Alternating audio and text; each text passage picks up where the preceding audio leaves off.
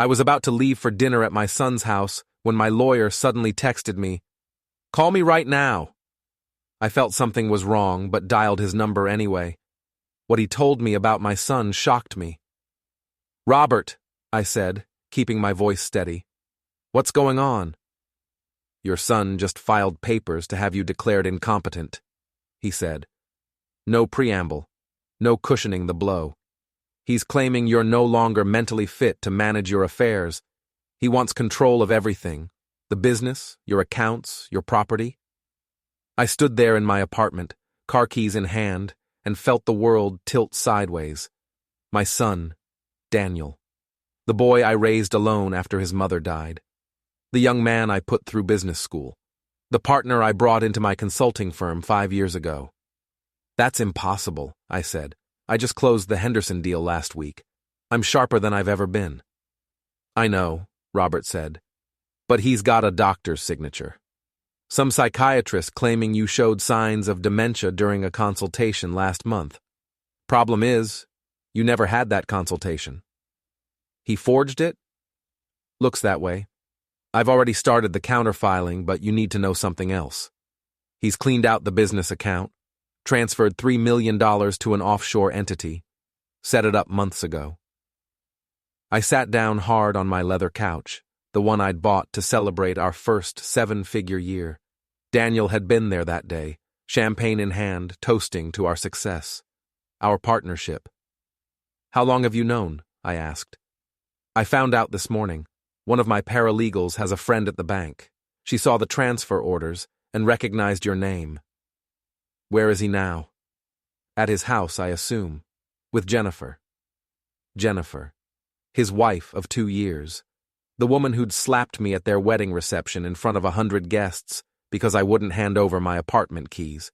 She'd wanted to redecorate as a surprise while we were on our honeymoon. I'd said no.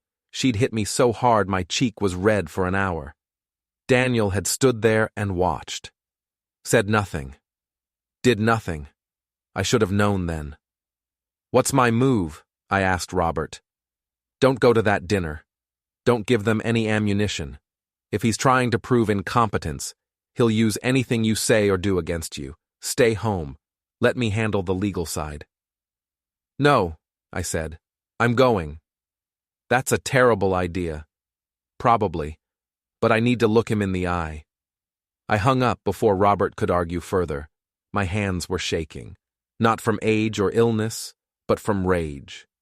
Pure, cold rage that started in my chest and spread through my whole body like ice water in my veins. I'd given Daniel everything. After his mother died when he was 10, I'd been both parents. I'd attended every school event, coached his baseball team, helped him with homework until midnight on school nights. When he wanted to study business instead of following his passion for art, I'd supported him. When he struggled in his first job, I'd brought him into my firm. And now he wanted to have me declared insane so he could steal everything I'd built. I grabbed my coat and headed for the door. My phone buzzed again. Another text from Robert. "Please reconsider." I ignored it. The drive to Daniel's house took 20 minutes through evening traffic. He lived in the expensive part of town, in a modern minimalist home that I'd helped finance. Another mistake. Another investment in a son who'd been planning my destruction while smiling at family dinners. I parked on the street and walked up the concrete path to his front door. Through the window, I could see him and Jennifer in the kitchen, laughing about something. They looked happy, relaxed, like people who thought they'd already won. I rang the doorbell. Daniel opened the door with a smile that didn't reach his eyes. "Dad, you made it. I was worried you'd forgotten." "I never forget anything," I said, walking past him into the house. "Unlike some people, my memory is perfect." Jennifer appeared from the kitchen, wineglass in hand. "How lovely to see you," she said with false warmth. "Dinner's almost ready." I looked at her. Really looked at her. She was beautiful in a calculated way, all sharp angles and practiced expressions. The kind of woman who'd married Daniel for his prospects, not his personality. "I'll bet it is," I said. I'm sure you've both been very busy today. Something flickered in Daniel's expression, just for a second.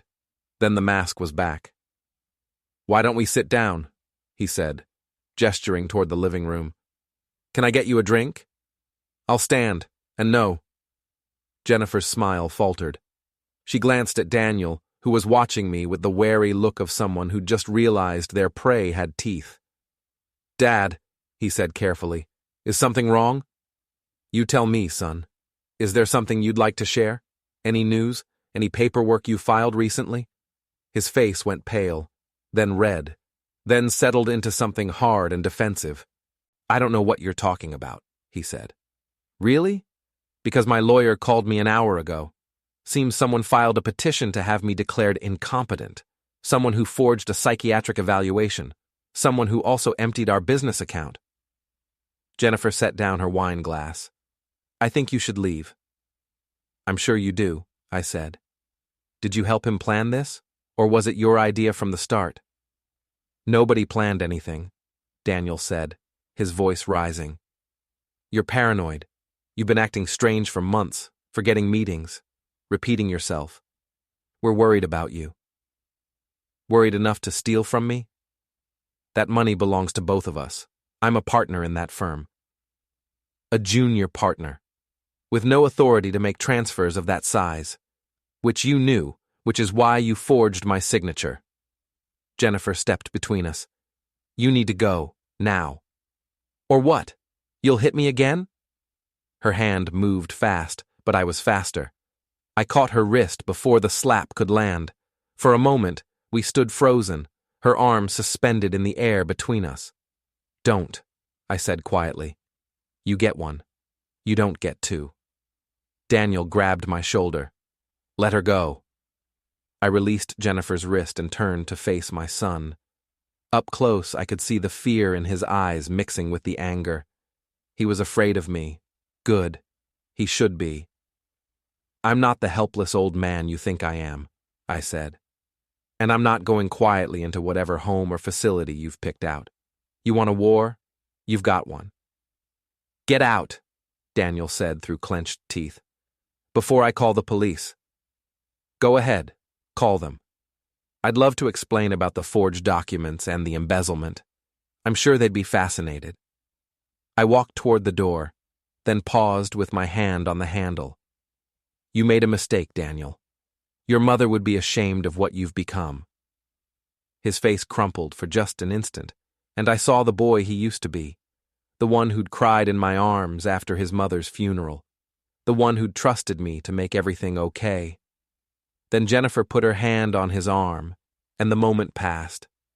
His expression hardened again, and I knew there was no going back. I left them standing there in their expensive house, in their expensive clothes, with their expensive lies. The cool evening air felt good on my face, cleansing. I got in my car and drove home, my mind already working through the steps I'd need to take. Robert would handle the legal defense, but I needed more than that. I needed information. I needed leverage. I needed to understand exactly how deep this betrayal went and who else was involved. Back in my apartment, I poured myself a whiskey and sat down at my computer. $3 million doesn't just disappear. It goes somewhere. It becomes something. And if I could trace it, I could unravel whatever scheme Daniel and Jennifer had constructed. I started with the business accounts, pulling up records I still had access to. Daniel had been smart enough to cover most of his tracks, but he'd made one crucial error. He'd used the same law firm to set up his offshore entity that he'd used for his prenuptial agreement. I knew that because I'd paid for the prenup lawyer. Another gift. Another investment in my son's future that he'd weaponized against me. I made a note of the firm's name and location. Then I dug deeper, looking for patterns in our business transactions over the past year. Small withdrawals, consulting fees paid to companies I didn't recognize, expenses that seemed legitimate but added up to something suspicious. My phone rang. Robert. You went anyway, didn't you? He said. I did. How bad? He knows I know. They're scared. Scared people do stupid things. Scared people make mistakes. I'm counting on it. What's your plan? Find out who else is involved. Follow the money. Build a case so airtight he'll wish he'd just asked me for the money instead of trying to steal it. Robert was quiet for a moment. You know this is going to get ugly. It already is ugly. I'm just making it honest. After I hung up, I continued my research late into the night. The more I found, the angrier I became. This wasn't a spur-of-the-moment decision. Daniel had been planning this for at least a year, maybe longer. Every family dinner, every business meeting, every "I love you, Dad" had been a lie covering up his real intentions. Around midnight, I found something interesting. A series of payments to a private investigation firm. Daniel had hired someone to dig into my life, looking for vulnerabilities, looking for ways to prove I was losing my mind. The investigator's name was printed right there on the invoice. Thomas Hayes. Hayes Investigations. I smiled for the first time that evening. If Daniel had hired an investigator, then there were reports, documents, evidence of what he'd been planning, and investigators keep records of everything. I'd start there. Thomas Hayes worked out of a small office above a dry cleaner in the old downtown district. I found his address online and showed up at 9 the next morning without an appointment. The stairway smelled like cleaning fluid and old carpet. His office door had frosted glass with his name stenciled in gold letters that were flaking off. Very noir, very cliché. I knocked. "It's open," someone called from inside.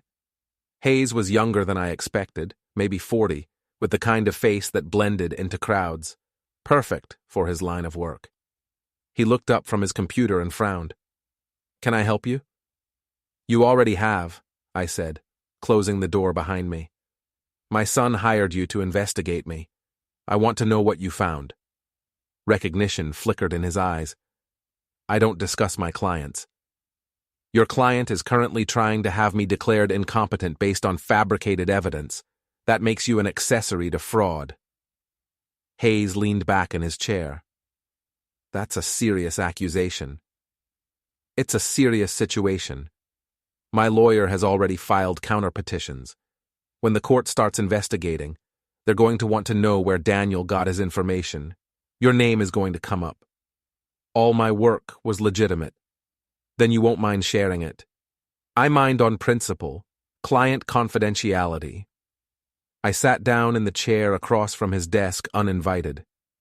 "How much did he pay you?" "That's none of your business." 15,000, 20? Whatever it was, I'll double it for copies of everything you gave him. Hayes studied me for a long moment. "Why should I trust you won't turn around and sue me?"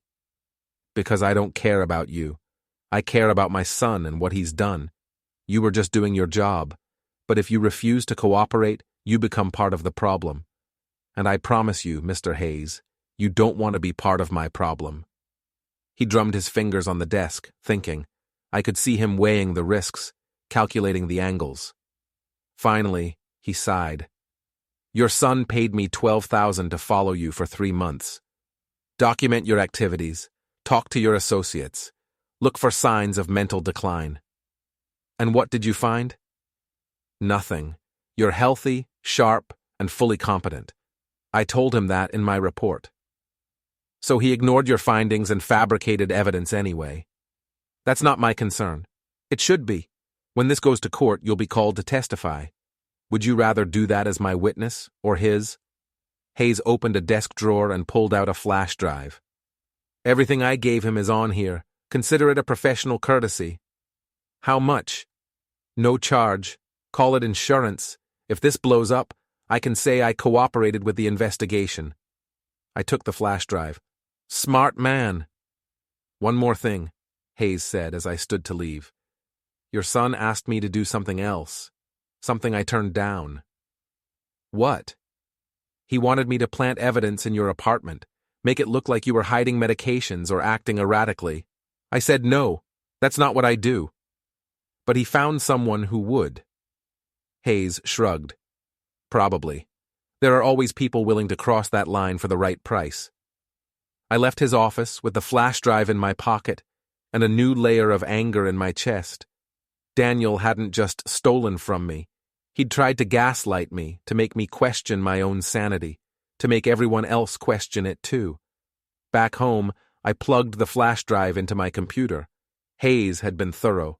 Photos of me going about my daily routine, transcripts of interviews with business associates, all praising my competence and sharp mind, detailed reports noting my punctuality, my clarity of thought, my attention to detail, everything that proved I was exactly what I claimed to be, a successful consultant in full possession of my faculties.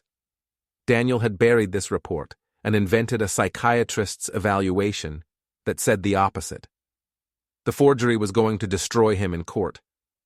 But I wanted more than a court victory. I wanted him to understand what he'd done. I wanted him to feel the weight of his betrayal. My phone rang. Unknown number. Hello? Is this Mr. Peterson? A woman's voice, professional but nervous. It is. My name is Sarah Chen. I work at Westside Psychiatric Associates. I think we need to talk. My pulse quickened. About what? About a psychiatric evaluation that was supposedly conducted here, with your name on it, except we have no record of you ever being a patient. Where are you? I'd rather not say over the phone. Can you meet me somewhere public? We agreed on a coffee shop near the hospital district. I arrived early and chose a table with a view of the entrance. Sarah Chen turned out to be a young woman in her late 20s, wearing scrubs and carrying a messenger bag. She looked scared. Thank you for meeting me, she said, sitting down across from me. Why are you doing this? I asked. Because what's happening is wrong, and because I could lose my job if anyone finds out I'm talking to you. She pulled a folder from her bag. This is a copy of the evaluation your son submitted to the court. Do you recognize the signature at the bottom? I looked at the document. The signature read, Dr. James Whitmore, M.D. Should I? Dr. Whitmore retired 6 months ago. He's in Florida. He never saw you, never wrote this evaluation. Someone stole his old prescription pad and forged his signature. How did you find out? I'm Dr. Whitmore's former assistant. I still handle his mail. When the court sent verification paperwork to his old address, it got forwarded to my desk. I opened it, saw what it was, and knew immediately it was fake. Have you told anyone? Just you. I don't know who else is involved. Could be someone at my hospital. Could be someone at the courthouse. I'm scared of making this worse. I pulled out my business card and wrote Robert's number on the back. This is my lawyer. Call him tomorrow. He'll know what to do with this information. What about me? Will I be okay? You're a whistleblower. You're protected. And you've probably saved me from a lot of trouble. She nodded but didn't look convinced. Your son must really hate you. I don't think it's hate. I think it's greed, which might be worse. After Sarah left, I sat in the coffee shop and read through the forged evaluation. It was convincing, I had to admit.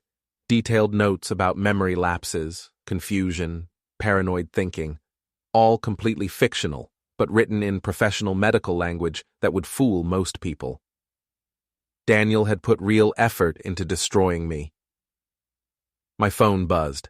A text from an unknown number. Stop digging or you'll regret it. I stared at the message. Daniel knew I was investigating, which meant he was either watching me or had someone watching me. The thought made my skin crawl. I texted back, "Come say that to my face." No response. I drove home carefully, checking my rearview mirror for tails. Nothing obvious, but I couldn't shake the feeling of being watched. At home, I forwarded the flash drive contents to Robert, along with a summary of my meeting with Sarah Chen. Then I started looking into Daniel's business dealings more carefully. If he'd stolen $3 million, he'd done it for a reason. He was either spending it on something or investing it in something.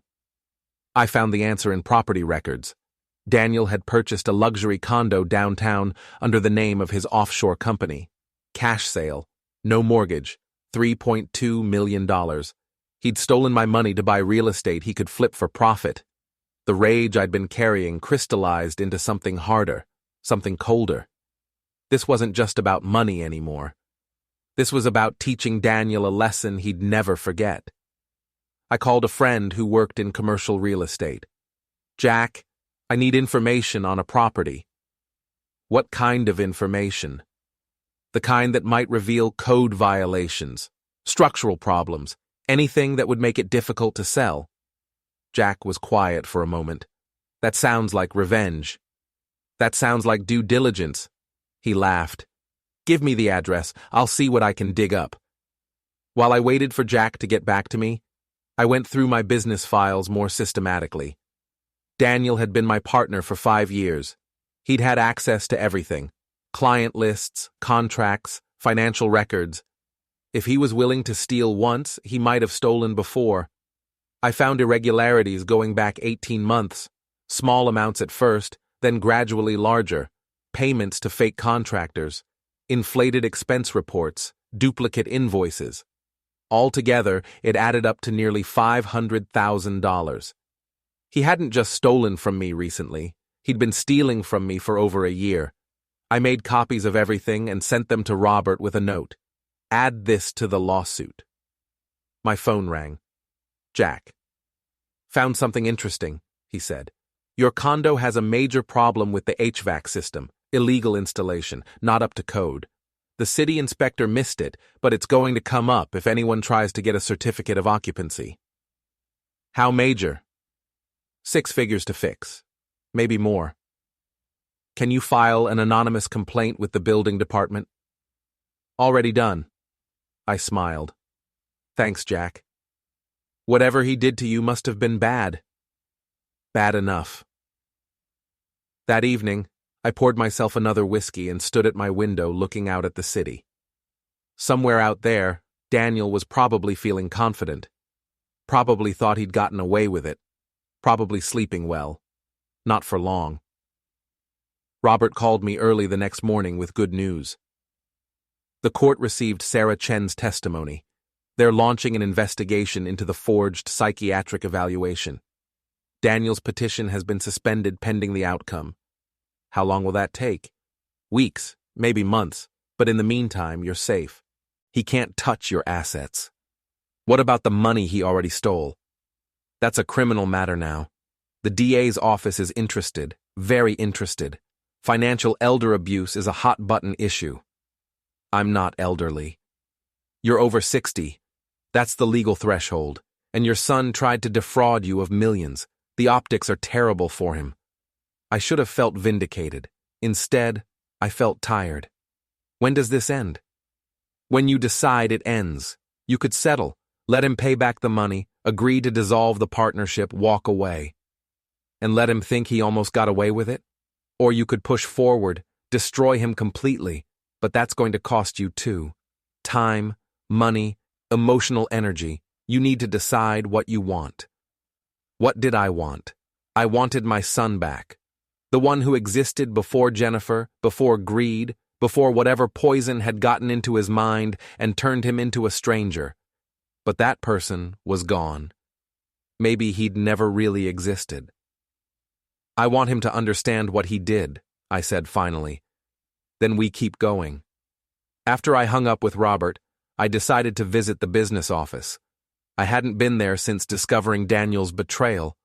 Walking in felt strange, like entering a place I used to know, but had changed fundamentally. My assistant Linda looked up from her desk with surprise.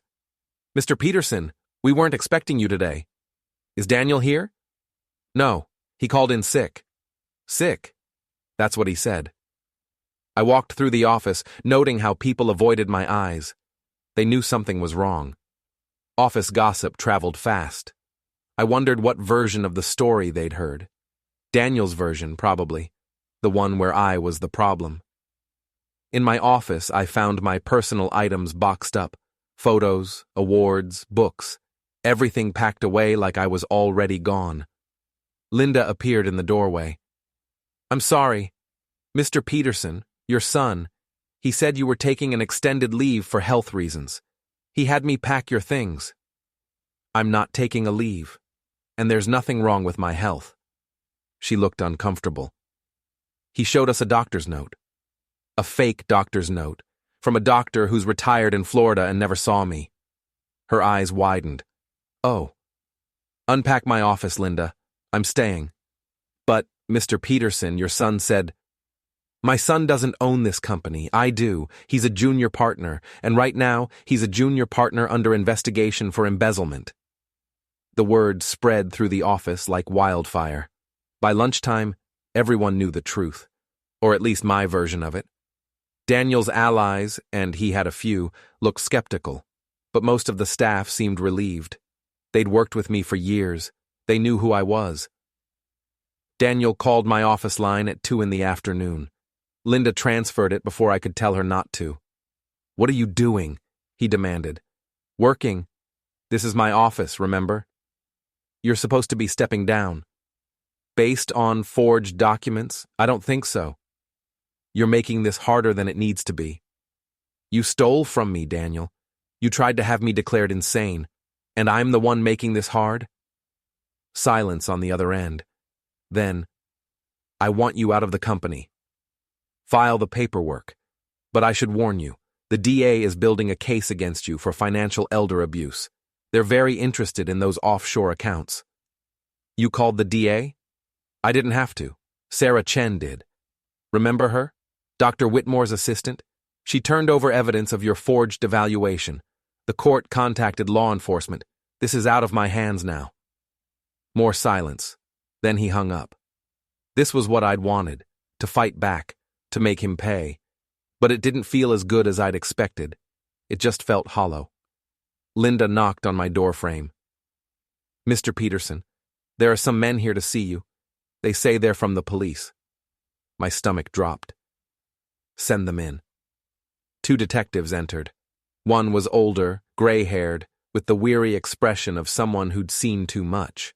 The other was younger, sharper, taking in every detail of my office with quick glances. Mr. Peterson? The older one said. I'm Detective Morrison. This is Detective Lee. We'd like to ask you some questions about your son, Daniel Peterson. Am I under investigation? No, sir. You're the victim in this case. We're investigating your son for fraud and embezzlement. I gestured to the chairs. Sit down. I'll tell you everything. I spent the next 2 hours walking them through Daniel's scheme. The forged psychiatric evaluation, the stolen money, the offshore accounts, the property purchase. I gave them copies of every document I'd collected, Hayes's investigation report, the falsified expense reports, the bank transfers. Detective Morrison took notes while Lee recorded everything on a tablet. When I finished, Morrison sat back and shook his head. Your own son, he said. Yes. That's cold. It is. Any idea why he did it? Money. And his wife. Jennifer pushed him into it, I think, but he made his own choices. We'll need to interview her too, Lee said. Good luck. She's the kind of person who lawyers up before saying hello. Morrison smiled slightly. We've dealt with her type before. After they left, I sat alone in my office and felt the weight of what I'd just done. I'd sicked the police on my own son. There was no going back from this. Even if Daniel somehow avoided jail time, he'd have a criminal record. His reputation would be destroyed. His career in consulting was over. Part of me wanted to feel guilty, but the larger part, the part that remembered every betrayal, every lie, felt nothing but cold satisfaction. My phone rang. Jennifer. You bastard! She spat before I could say hello. The police were just here. They searched our house. They took Daniel's laptop, his files, everything. Good. You're destroying your own son. He destroyed himself. I'm just making sure everyone knows about it. We'll fight this. We have lawyers. You'll lose. The evidence is overwhelming. You'll never see your grandchildren. That one hit hard. Daniel and Jennifer had twin daughters, 3 years old. I'd seen them maybe half a dozen times since they were born. Jennifer had always made excuses for why I couldn't visit. Too busy, too tired, not a good time. Now I understood why. She'd been cutting me out of their lives long before Daniel started stealing. "I don't have grandchildren," I said quietly. "I have 2 little girls with a thief for a father and a manipulator for a mother. But maybe they'll be better off learning the truth about their parents now rather than later." Jennifer made a sound somewhere between a sob and a scream, then hung up. I went home early that evening. The office felt toxic, everyone whispering, everyone choosing sides. Linda had unpacked my things, but it didn't matter. The company was poisoned. Daniel had made sure of that. At home, I made dinner I didn't eat and tried to watch television I didn't see. My mind kept circling back to Daniel as a child, reading him bedtime stories, teaching him to ride a bike, holding his hand at his mother's funeral. Where had that boy gone? When had he turned into someone capable of this? My phone buzzed. A text from Robert. "Daniel's lawyers filed a motion to dismiss. They're claiming you're conducting a vindictive prosecution against your own son due to mental instability. The irony is not lost on the judge." I texted back. "Will it work?" "Not a chance. The evidence is too strong, but it shows they're desperate." Desperate people make mistakes, I'd told Robert before. Now I was counting on it. The next morning, I received an email from an account I didn't recognize. No subject line, just a message. "Meet me at Riverside Park, noon, South Bench. Come alone. D." Daniel wanted to talk. I should have told Robert, should have brought someone with me. But I needed to hear what my son had to say, even if it was just more lies. I arrived at Riverside Park 15 minutes early and chose a bench with a clear view of the approach paths. Old habits from my military days. Always know your exits. Always see them coming. Daniel arrived exactly at noon, looking terrible. Unshaved, dark circles under his eyes. Clothes rumpled like he'd slept in them. He sat down on the other end of the bench, leaving space between us. "Thanks for coming," he said. "What do you want?" "I want to explain." "I'm listening." He took a deep breath. "Jennifer and I have been having problems, financial problems. Her family lost everything in a bad investment. They came to us for help. We didn't have it, so I thought—" "You thought you'd steal it from me?" "I thought I'd borrow it. Temporarily. I was going to pay it back." "With what? More stolen money?" "I had a plan. The real estate investment was sound. I could have flipped that condo for a profit. Except you bought it with illegal funds, which means any profit is subject to forfeiture. Your plan was garbage from the start." He looked down at his hands. "I made a mistake." "You made 100 mistakes. The first one was thinking I was too old and too stupid to notice." "I never thought that." "The forged psychiatric evaluation says otherwise." "That was Jennifer's idea." "Don't blame your wife for your choices. You could have said no." "She said it was the only way." "The only way to what? Steal from your own father? Destroy my reputation? Take everything I built?" His voice broke. "I'm sorry." "No, you're not. You're sorry you got caught. There's a difference." We sat in silence for a long moment. Around us, the park was full of normal people doing normal things. Walking dogs, pushing strollers, jogging. None of them knew they were sitting 30 feet from a family destroying itself. "What happens now?" Daniel asked finally. "You go to trial. You probably go to prison. Your career is over. Your marriage will probably fail because Jennifer isn't the type to stick around when the money runs out. And us? There is no us. Not anymore." He flinched like I'd hit him. "Dad, don't call me that. You lost the right when you forged that psychiatric evaluation, when you chose money over family. I can fix this." "No, you can't. It's too late for fixes." I stood up to leave. Daniel grabbed my arm. "Please," he said. "I'm begging you. Drop the charges. I'll pay back every cent. I'll walk away from the company. Just don't send me to prison." I looked down at his hand on my arm, then at his face. He was crying now, tears running down his unshaved cheeks. He looked young again, vulnerable, like the boy who used to crawl into my bed during thunderstorms. "Let go of me," I said quietly. He released my arm. "I'm not sending you to prison," I continued. "You did that yourself. The DA has the case now. It's out of my hands. You could talk to them, tell them you don't want to press charges." "But I do want to press charges. I want everyone to know what you did. I want it on record that you're a thief and a liar, because maybe that will stop you from doing this to someone else." I walked away and left him sitting on that bench, crying. I didn't look back. The trial began 3 months later. Robert had warned me it would be ugly, but I wasn't prepared for how ugly.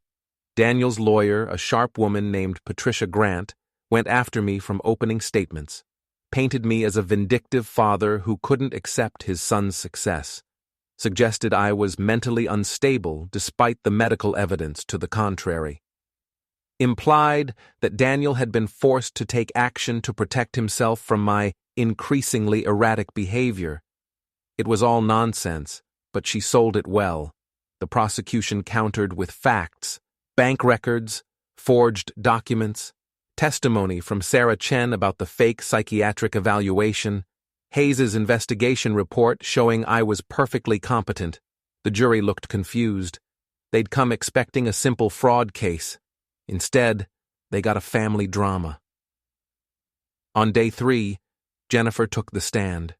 She wore a conservative dress and minimal makeup, playing the role of concerned wife perfectly. "Daniel was so worried about his father," she said, dabbing at her eyes with a tissue.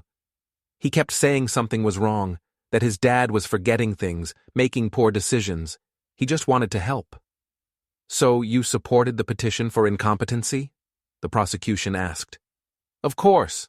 Family takes care of family." "Even if it means stealing $3 million? That's not what happened. Daniel was managing his father's assets, with permission." "Do you have that permission in writing?" "It was verbal. A family agreement." "How convenient," Patricia Grant objected. The judge sustained it. But the damage was done. The jury saw through Jennifer's act. When I took the stand, I kept my answers short and factual. Yes, I'd trusted my son. Yes, he'd betrayed that trust. No, I'd never given him permission to transfer company funds. No, I'd never consulted with Dr. Whitmore or any psychiatrist. Patricia Grant tried to rattle me during cross-examination. "Mr. Peterson, isn't it true you've had difficulties with your memory?" "No." "You never forget appointments, misplace items, lose track of conversations?" "Everyone forgets things occasionally. That doesn't make them incompetent." "But at your age?" "At my age, I'm running a successful consulting firm. I'm managing multiple complex client relationships. I'm fully capable of handling my own affairs." She switched tactics. "Isn't it true you have a contentious relationship with your daughter-in-law?"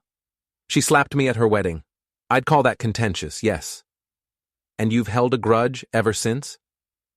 "I've maintained appropriate boundaries." "Boundaries that exclude your own grandchildren?" "Jennifer excluded me from my grandchildren's lives. I would have been happy to have a relationship with them." "But you're willing to send their father to prison?" "I'm willing to testify about what he did. The jury will decide the rest." Patricia Grant stared at me for a long moment, then nodded. No further questions. The trial lasted 2 weeks. The evidence was overwhelming. Forged documents, stolen money, fake psychiatric evaluations, Daniel's offshore accounts, the illegal property purchase. His lawyers tried everything, argued he'd had permission, claimed I was vindictive, suggested the business was as much his as mine. None of it worked. The jury deliberated for 6 hours and came back with a guilty verdict on all counts. Fraud, embezzlement, elder abuse, forgery. Daniel's face went white when the verdict was read. Jennifer started crying loudly, dramatically, like an actress who'd been given direction to really sell it.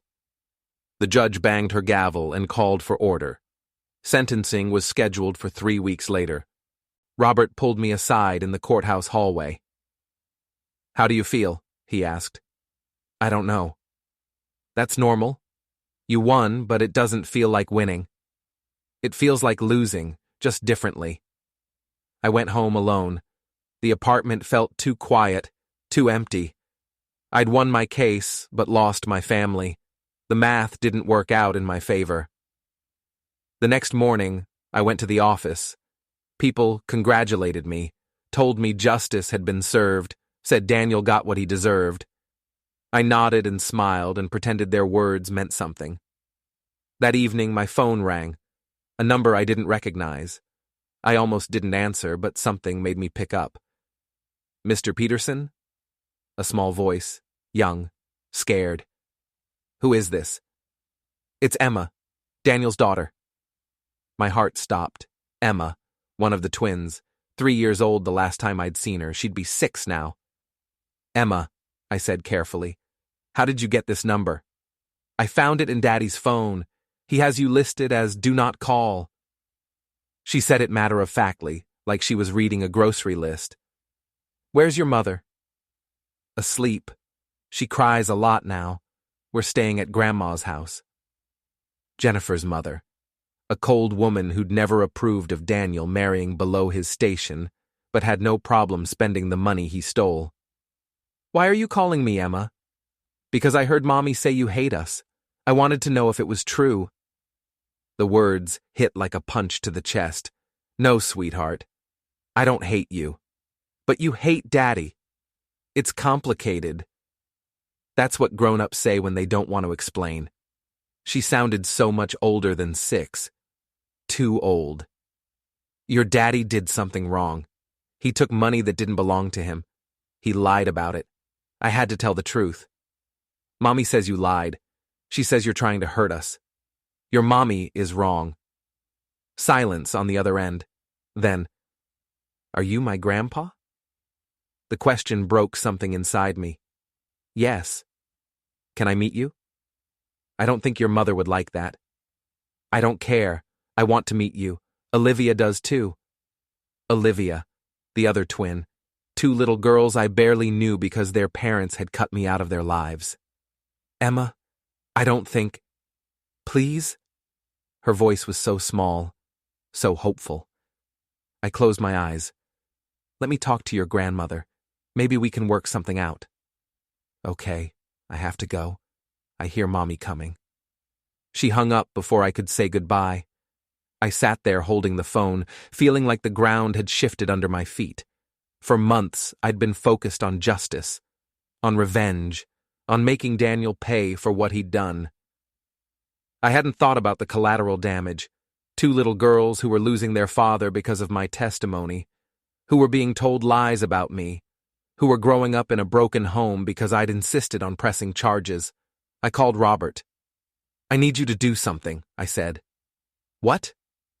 Contact Jennifer's mother. Arrange a meeting. I want to see my granddaughters. That's a terrible idea. Jennifer will use it against you. Say you're trying to manipulate the kids. I don't care. They called me. They want to meet me. I'm not going to say no. Robert sighed. I'll make the call, but this is a mistake. Maybe it was, but I was tired of being right. I wanted to be human again.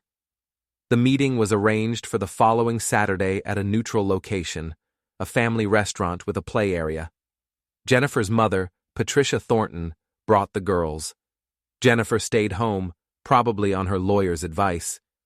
I arrived early and watched through the window as they pulled into the parking lot. Emma and Olivia looked identical, both with dark hair and Daniel's eyes. They held their grandmother's hands as they walked toward the entrance. My throat tightened. They were beautiful. Perfect. And I'd missed 6 years of their lives. They saw me and froze. Patricia said something to them, probably confirming I was their grandfather. Then Emma, I thought it was Emma, broke free and ran toward me. She stopped 3 feet away, suddenly shy. Hi, she said. Hi. You look old. I laughed. I am old. Grandma Patty is old too, but you're different old. Good different or bad different? She thought about it seriously. I don't know yet. Olivia approached more cautiously, staying close to Patricia. She studied me with suspicious eyes. "Are you mean?" she asked. "I try not to be." "Mommy says you're mean." "Your mommy and I have some disagreements." "What's disagreements?" "It means we don't agree about things." "Like what?" "Like whether it's okay to take things that don't belong to you." Emma's eyes went wide. "Daddy's in trouble for taking things." "Yes." "Did you tell on him?" There was no good answer to that question. I told the truth about what happened. Sometimes telling the truth gets people in trouble. Patricia cleared her throat. "Girls, why don't you go play while I talk to your grandfather?" They ran off toward the play area, arguing about who got to go down the slide first. Patricia sat down across from me with a look that could have frozen fire. "You have 10 minutes, she said. "Then we're leaving." "Understood. I don't like you, I never have. But those girls called you, and I won't lie to them about family." "Thank you. Don't thank me. If it was up to me, you'd never see them. But Jennifer is falling apart, and Daniel is going to prison, and someone needs to think about what's best for Emma and Olivia. I want to be part of their lives. That's not possible. Jennifer won't allow it. Then we'll go through the courts. Grandparents have rights. And you'll drag those girls through another legal battle? Put them on the stand to talk about their loyalties? Make them choose between their parents and you?" She was right. I couldn't do that to them. They'd already been through enough. "What do you suggest?" I asked. "Informal visits, supervised by me, once a month. No discussion of the trial or their father's situation. You're just grandpa and they're just kids. Once a month isn't enough. It's what's on the table, take it or leave it." I watched Emma and Olivia playing on the slide, laughing, pushing each other, being normal children in an abnormal situation. "I'll take it." Patricia nodded. "One more thing. Daniel's sentencing is next week. Jennifer wants you to speak on his behalf. Ask for leniency." "Absolutely not. He's the father of those girls. If he goes to prison for 10 years, they'll grow up without him.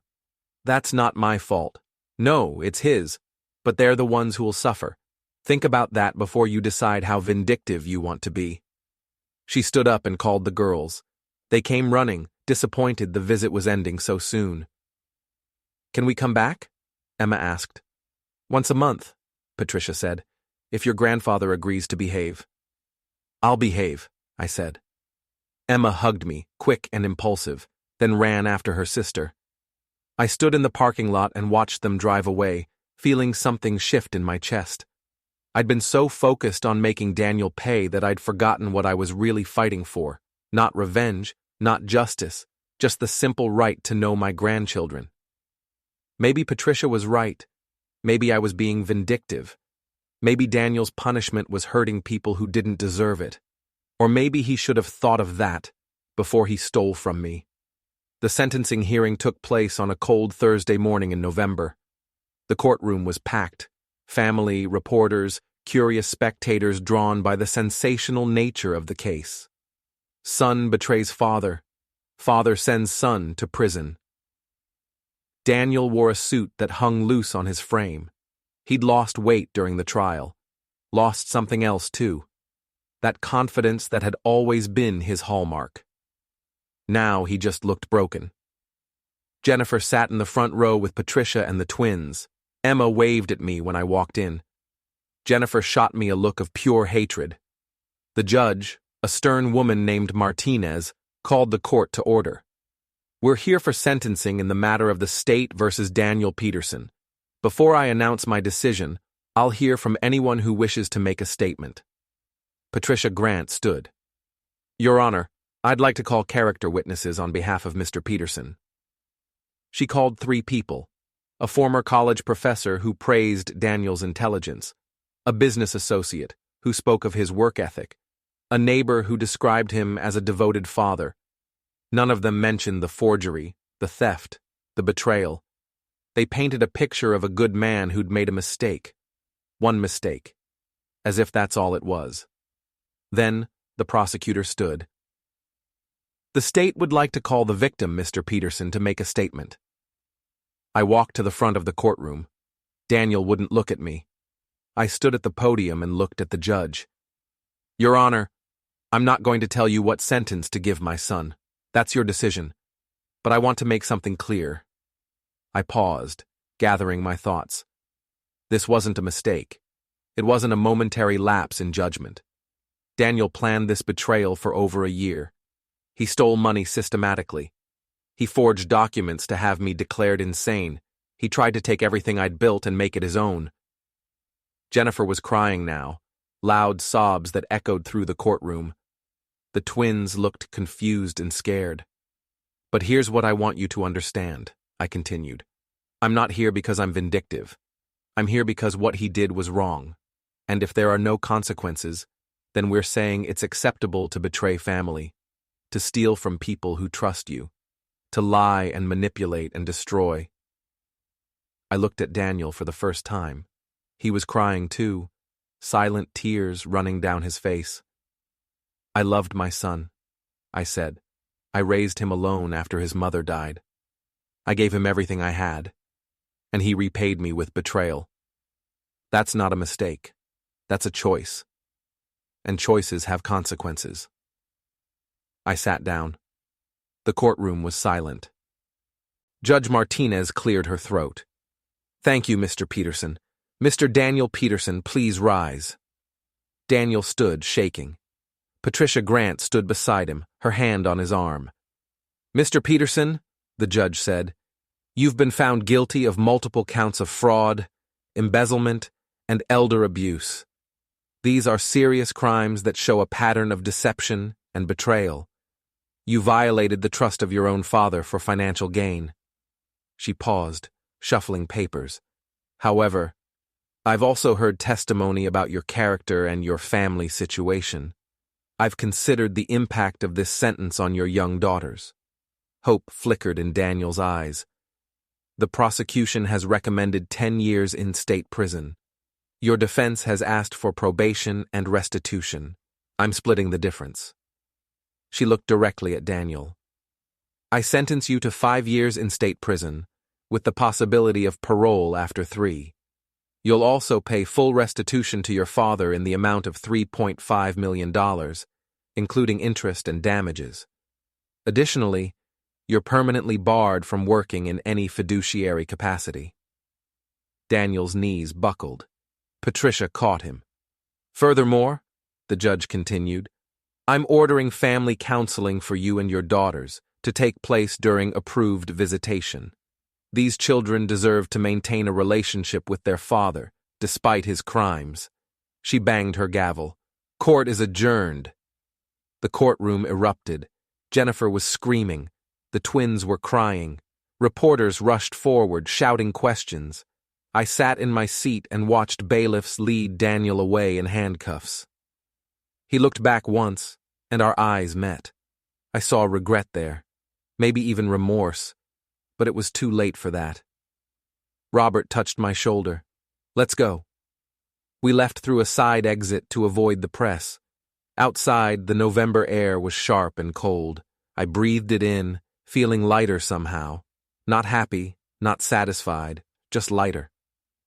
You okay? Robert asked. I think so. That was quite a statement. It was the truth. The twins were watching you. That was hard to see. Yeah. We walked to his car in silence. I was exhausted, drained of emotion. The fight was over. I'd won, but winning felt an awful lot like losing. What now? Robert asked as he drove me home. I don't know. Run the business. See my granddaughters once a month. Try to figure out what's left. That's not much of a plan.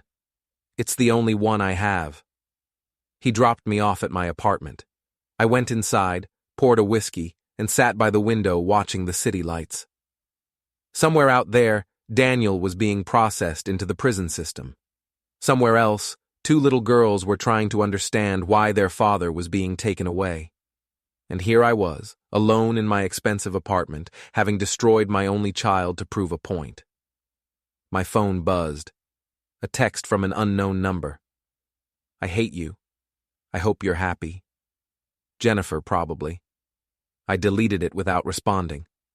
Another text came through, this time from Patricia. The girls want to know when they can see you again. I told them next month. Let me know if that works. I texted back, that works, thank you. A third text, this one from Robert. The press wants a statement. What should I tell them? I thought about it for a long time. Finally, I typed, tell them justice was served, nothing more. I finished my whiskey and went to bed early. Sleep didn't come easily. When it finally did, I dreamed of Daniel as a child, running through our old backyard, laughing, calling for me to watch him climb the oak tree. In the dream, I called back, be careful, and he said, don't worry, Dad, I won't fall. But he did fall, and I couldn't catch him.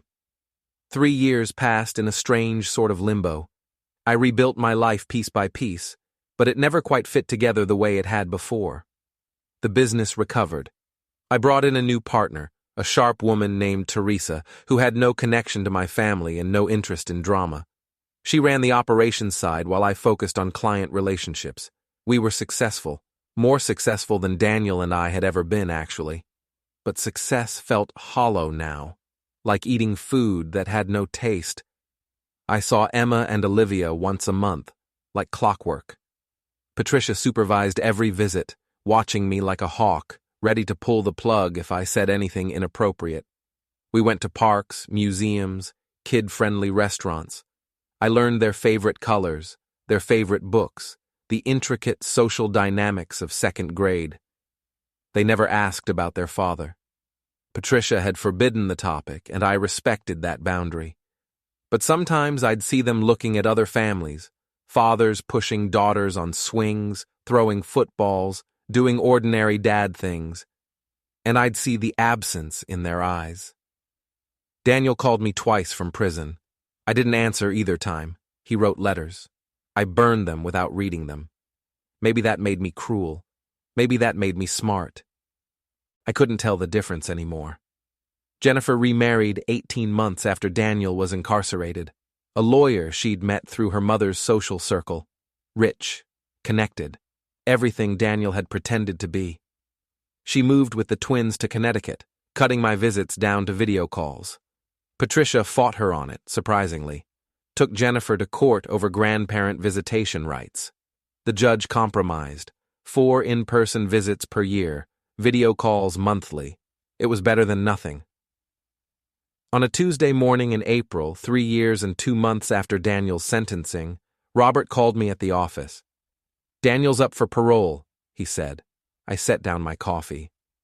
Already? He's been a model prisoner, took classes, stayed out of trouble. The parole board is hearing his case next month. What are his chances? Good.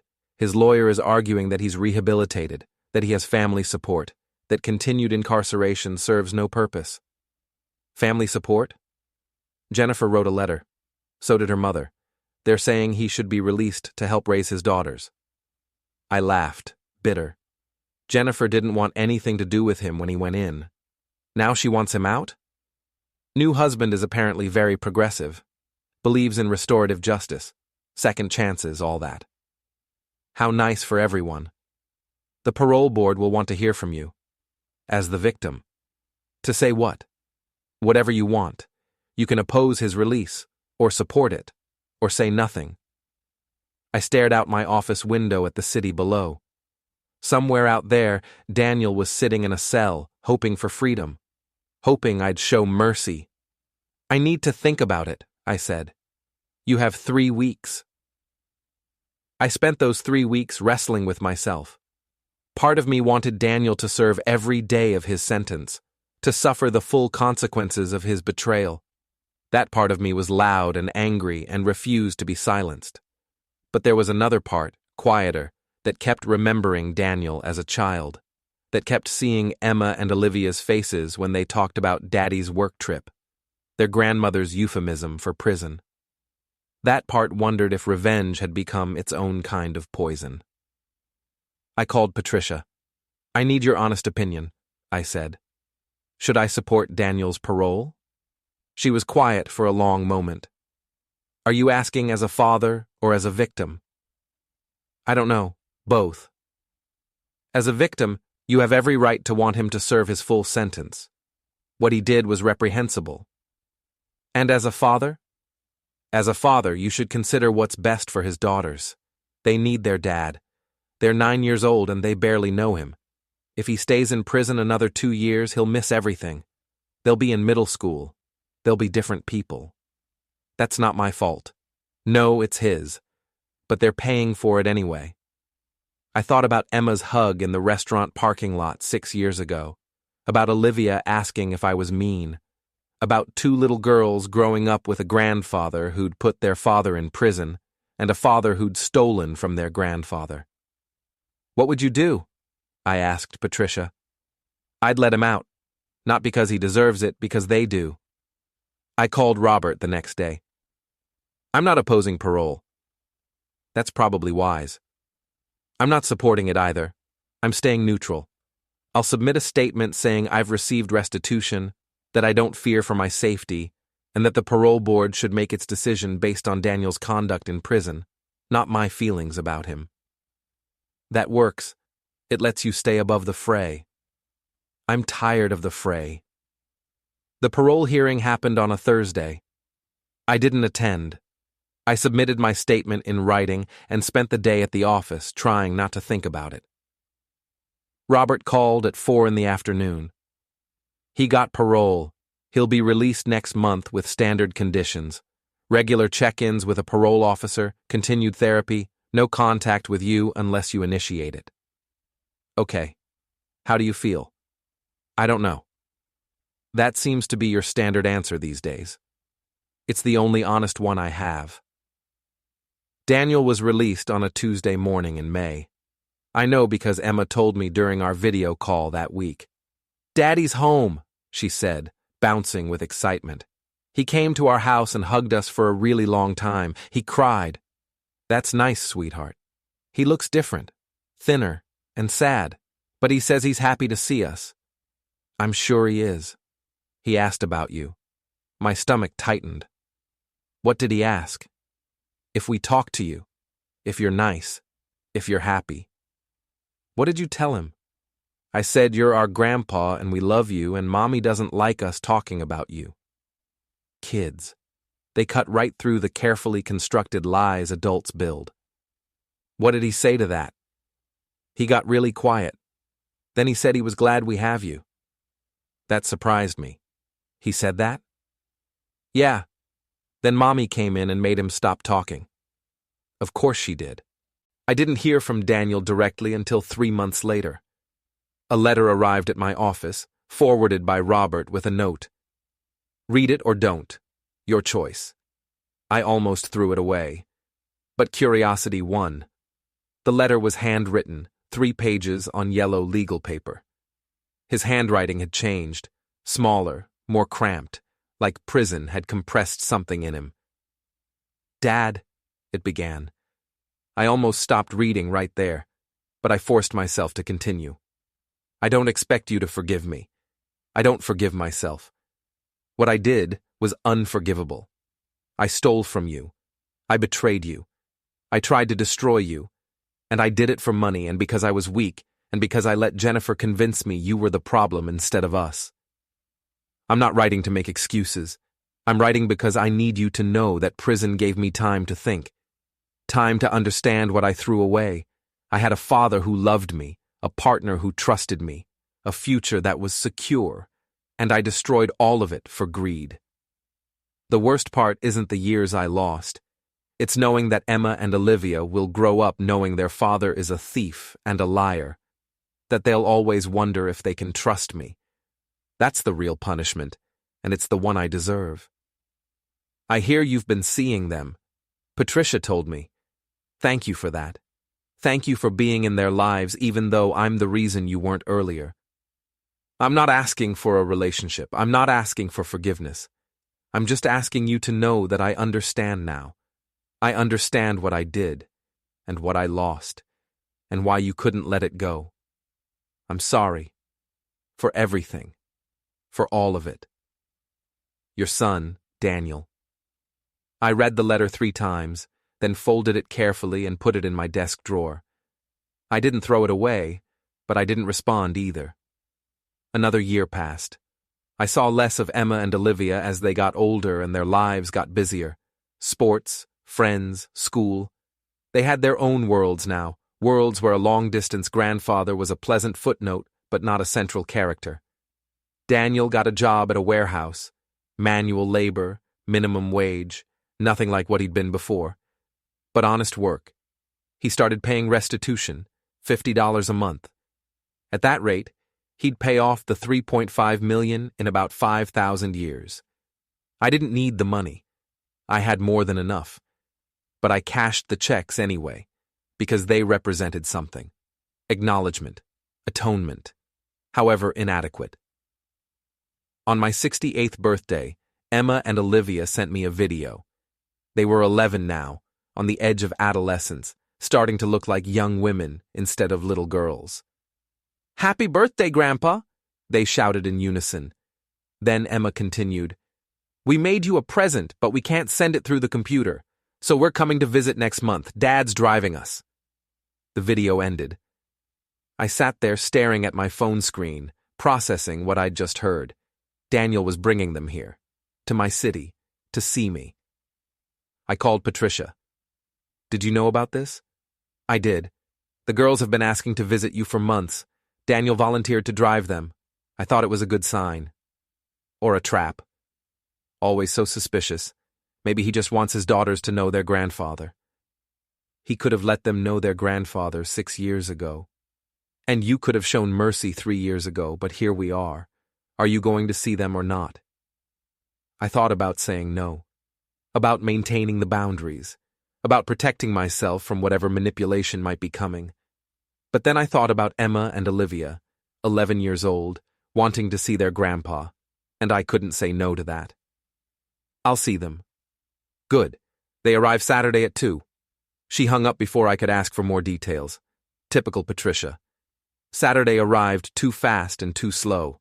I cleaned my apartment, bought snacks I remembered them liking, prepared myself for whatever was coming. The doorbell rang at exactly 2 o'clock. I opened the door and there they were. Emma and Olivia, taller than I remembered, wearing matching jeans and different colored shirts. And behind them, Daniel. He looked older, thinner, gray at the temples, lines around his eyes that hadn't been there before. Prison had marked him, but not destroyed him. "Hi, Grandpa," the girls said, pushing past me into the apartment. They were comfortable here, like they'd been coming for years instead of seeing it for the first time. Daniel and I stood in the doorway, looking at each other. "Hi, Dad," he said quietly. "Daniel, can I come in? Just for a minute, then I'll go." I stepped aside. He followed the girls into my living room, looking around with an expression I couldn't quite read. Nostalgia? Regret? Something else? The girls had found the snacks and were arguing over which movie to watch from my streaming options. Daniel watched them with a small smile. "They're good kids," he said. "They are. Patricia says you've been a good grandfather, that you never missed a visit, that you always remember their birthdays. It's not hard to remember. It is for some people. Thank you." I didn't know what to say to that, so I said nothing. "I should go," Daniel said. "Let you spend time with them. I'll pick them up at 6, if that's okay." "That's fine." He headed for the door, then stopped, turned back. "Dad, I know I have no right to ask this, but can we talk sometime? Not today. Not with the girls here, but sometime. Just the two of us." Every instinct I had screamed to say no. To keep the walls up, to protect myself. But I heard myself say, "Maybe. Someday." His face lit up with something like hope. Okay, that's enough. Thank you." He left. I closed the door and stood there for a moment, feeling off balance. "Grandpa," Emma called, "we picked a movie. Come watch with us." I joined them on the couch. Olivia leaned against my left side, Emma against my right. We watched some animated movie about talking animals, and I barely followed the plot because I was too aware of the two small bodies pressed against mine, trusting me, choosing me, despite everything. At 6 o'clock, Daniel returned. The girls hugged me goodbye, made me promise to video call next week, and bounded out to his car. Daniel paused in the doorway. Thank you for today. For what? For being their grandpa, for not punishing them for what I did. They're children. It was never about them. I know, but still. Thank you. He left. I watched from my window as they drove away, the girls waving from the back seat. I poured myself a whiskey and sat in my chair, thinking about family and betrayal and forgiveness, thinking about choices and consequences, thinking about whether revenge had made anything better or just broken things in new ways. My phone buzzed, a text from Daniel. I meant what I said in my letter. I'm sorry. For everything. I don't expect forgiveness. But I wanted you to know I understand now what I destroyed. And I'll spend the rest of my life trying to be worth a fraction of what you gave me. I stared at the message for a long time. Then I typed, be a good father to those girls. That's what matters now. His response came quickly. I will. I promise. And for the first time in 7 years, I believed him.